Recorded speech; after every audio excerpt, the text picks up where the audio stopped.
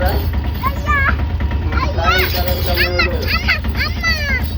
మధ్యకు మేము ఒక శుభవర్తం తీసుకొచ్చుకున్నామండి.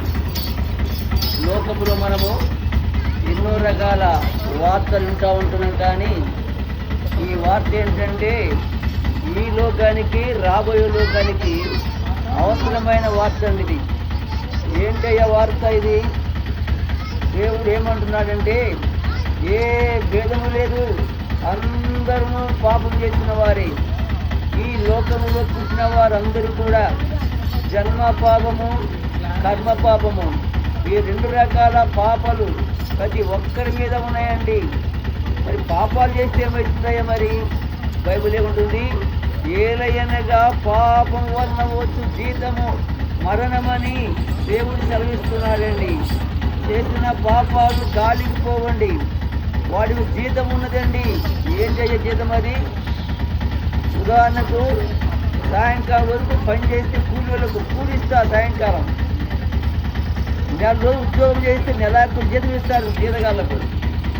అయితే దేవుడు అంటున్నాడు కదా, చేసిన పాపాలకు, దోషాలకు జీతం ఏంటంటే మరణం ఉందండి.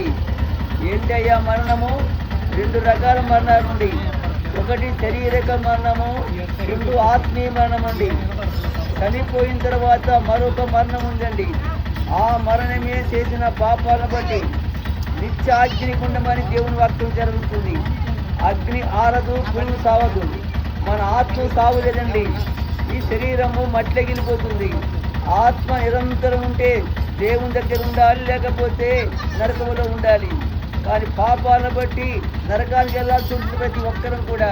అయితే దేవుడికి ఇష్టం లేక సృష్టికర్త దేవుడు మాండుగా ఈ లోకానికి వచ్చి మన అందరి పాపాల కొరకు కలువరి శిలువలో యేసు ప్రభు ప్రాణం పెట్టాడండి, రక్తం కార్చాడండి. ఆ యేసు రక్తం ద్వారా మన పాపాలు కడుక్కొని పరిశుద్ధంగా జీవించి మోక్షానికి లేక పరలోకానికి చేరాలండి. అందుకే మేము చెప్పడానికి వచ్చామండి. కనుక మీరు కూడా యేసు విశ్వాసం ఉంచండి. కనుక ఇంకా విషయాలు తెలుసుకోవాలంటే గొట్టగట్టు శివుని ప్రార్థనా మందిరం ఉందండి. అక్కడ దైవ సేవకులు కాళీ గారు ఉన్నారు. వచ్చి దేవుని వాక్యమని ఆత్మీయ మేలు పొందుకోవాలని మిమ్మల్ని అందరినీ ప్రేమపూర్వకంగా తెలియపరుస్తున్నాం. యేసుని విశ్వాసం ఉంచండి, అప్పుడు మీరు మీ ఇంటి వారిను గొప్ప రక్షణ పొందురు.